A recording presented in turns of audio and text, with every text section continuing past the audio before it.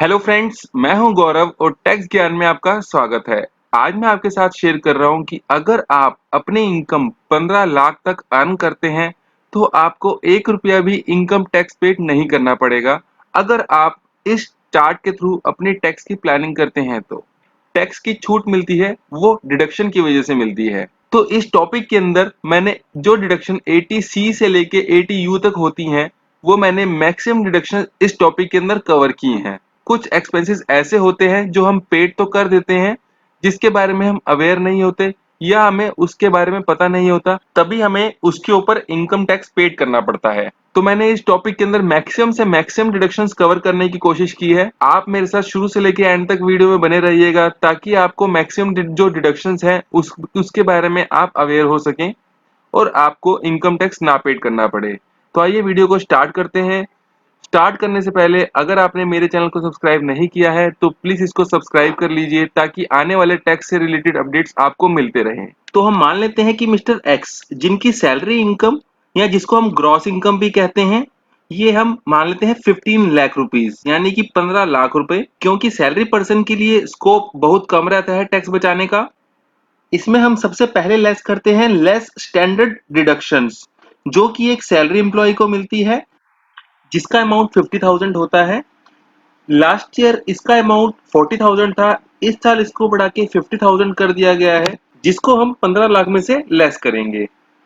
Next हमारा point है income from house property. इसमें से लेस होगा interest under section 24B up to 2 lakhs। इसमें से मैं 2 लाख माइनस कर देता हूं। अब इसका मैं आपको मतलब समझाता हूं। मान लेते हैं मिस्टर एक्स ने एक होम लोन लिया है जिसकी वो ईएमआई पेड करते हैं। उस ईएमआई का जो इंटरेस्ट का पार्ट है वो अप टू 2 रुपीज 2 लाख तक एग्जम्प्टेड है, यानी कि वो अपनी ग्रॉस इनकम में से 2 लाख रुपए माइनस कर सकते हैं। तो मैंने ये 2 लाख रुपए उनकी ग्रॉस इनकम में से माइनस कर दिया है। अब हम अपने नेक्स्ट पॉइंट की तरफ चलते हैं, इसको थोड़ा ध्यान से समझिएगा।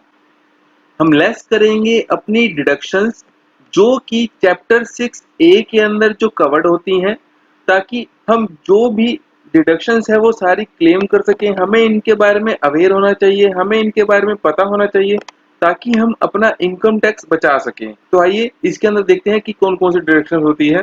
तो सबसे पहले हम लेस करते हैं सेक्शन 80C, जिसके अंदर हमारी LIP यानी कि life insurance policy, PPF, school fees, house loan principal amount या पीएफ, या फिर 5 ईयर वाली एफडी, जो कि सारी की सारी 80C के अंदर कवर्ड होती हैं। लाइफ इंश्योरेंस पॉलिसी हो गई आपकी, पीपीएफ हो गया यानी कि पब्लिक प्रोविडेंट फंड, बच्चों की जो स्कूल फीस होती है, 2 बच्चों की स्कूल फीस अलाउड है। अब आ गया हाउस लोन का प्रिंसिपल अमाउंट, जो कि हमारा प्रिंसिपल होता है ईएमआई के अंदर, वो, या फिर पीएफ जो सैलरी एम्प्लॉय का पीएफ कटता है, या फिर जो 5 ईयर वाले फिक्स डिपॉजिट एफडी होते हैं, ये सब हमारे 80C के अंदर कवर्ड होते हैं, जिसकी टोटल एग्जम्पशन 1,50,000 तक अलाउड होती है, जो हमारा इससे एक्सेस नहीं हो सकता। तो यानी कि अब हमने 1.5 लाख रुपए माइनस कर दिया इसमें से, जो हमारी 80C के अंदर सारी डिडक्शन कवर होती है। नेक्स्ट डिडक्शन है हमारी 80CCD1B नेशनल पेंशन स्कीम, जो कि 50,000 तक अलाउड है। ये डिडक्शन जो है हमारी 50,000 है, ये 80C के अलावा जो 80C 1,50,000 है, उसके अलावा 50,000 और एग्जम्पशन मिलती है, जिसके अंदर आप इन्वेस्ट कर सकते हैं और इन्वेस्ट करने के बाद आप ये डिडक्शन क्लेम कर सकते हैं, जिससे हमारा टैक्स और बच सकता है। तो ये एक बहुत अच्छी इन्वेस्टमेंट है नेशनल पेंशन स्कीम की, जिसको हम एनपीएस भी कहते हैं। इसको करने के बाद आपका टैक्स सेव हो सकता है। नेक्स्ट डिडक्शन है हमारी सेक्शन 80D, जिसको हम मेडिक्लेम भी कहते हैं। मेडिक्लेम के अंदर चिल्ड्रन और स्पाउस, जिसका 25,000 तक का हमें डिडक्शन का क्लेम मिल सकता है अगर हम मेडिक्लेम करवाते हैं। तो मान लीजिए मिस्टर एक्स ने एक मेडिक्लेम पे किया है अपने चिल्ड्रन और स्पाउस का, जिसका प्रीमियम 30,000 है, लेकिन उनको जो डिडक्शन मिलेगी वो 25,000 तक ही मिलेगी, क्योंकि मैक्सिमम जो डिडक्शन है वो 25,000 तक ही अलाउड है। नेक्स्ट डिडक्शन सेम है 80D की ही, ये लेकिन मेडिक्लेम जो है ये पेरेंट सीनियर सिटीजन के लिए है, जिनका अलाउंस डिडक्शन 50,000 तक का है। अब मान लेते हैं कि मिस्टर एक्स ने एक तो अपना मेडिक्लेम पेड किया, जिसके अंदर उनके चिल्ड्रन और स्पाउस काउंट हो रहा है, जिसका प्रीमियम 25,000 तक था। और इसके अलावा यानी कि एडिशनल उन्होंने अपने पेरेंट्स का, जो कि सीनियर सिटीजन है, उनका भी मेडिक्लेम पेड किया है, तो उसका भी डिडक्शन जो कि मैक्सिमम 50,000 तक है, उसको उनका भी डिडक्शन क्लेम मिलेगा। तो टोटल मिला के सेक्शन 80D के अंदर उनको 75,000 का डिडक्शन मिला है। इसके साथ साथ 80D के अंदर ही आप अपना प्रिवेंटिव हेल्थ चेकअप जो कि 5,000 तक आप क्लेम कर सकते हैं। इसके अंदर आप अपना, अपने पेरेंट्स का, अपने स्पाउस का, अपने चिल्ड्रन का चेकअप करा सकते हैं और 5,000 तक की डिडक्शन क्लेम कर सकते हैं। अब हम चलते हैं नेक्स्ट सेक्शन 80DD की तरफ।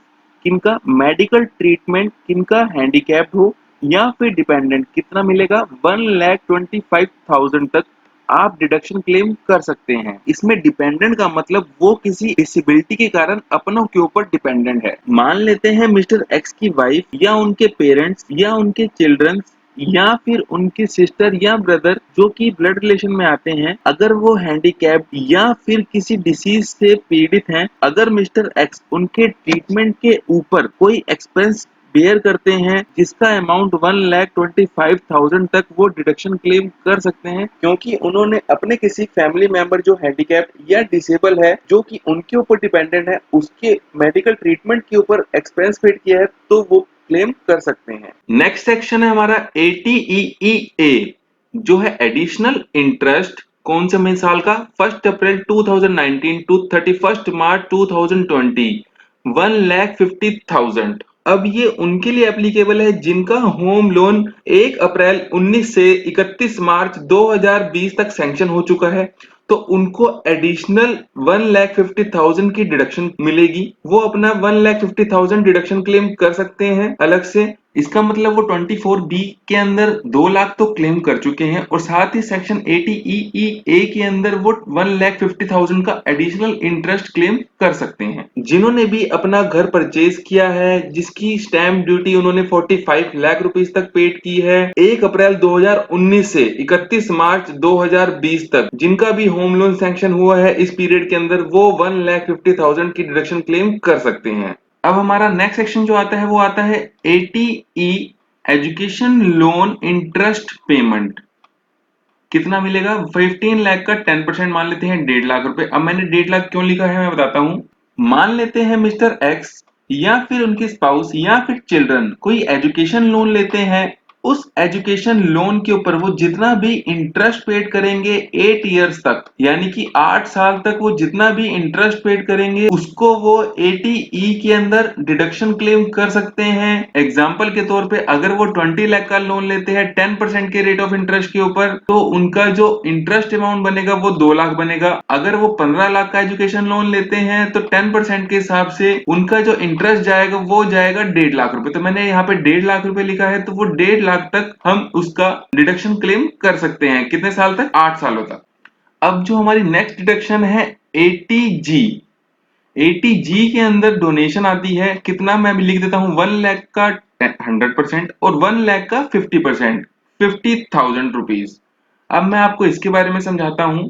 अब जो डोनेशन होती है वो दो तरीके की होती हैं। एक वो जिनके ऊपर 100% डिडक्शन मिलती है और दूसरी वो जिनके ऊपर 50% डिडक्शन मिलती है।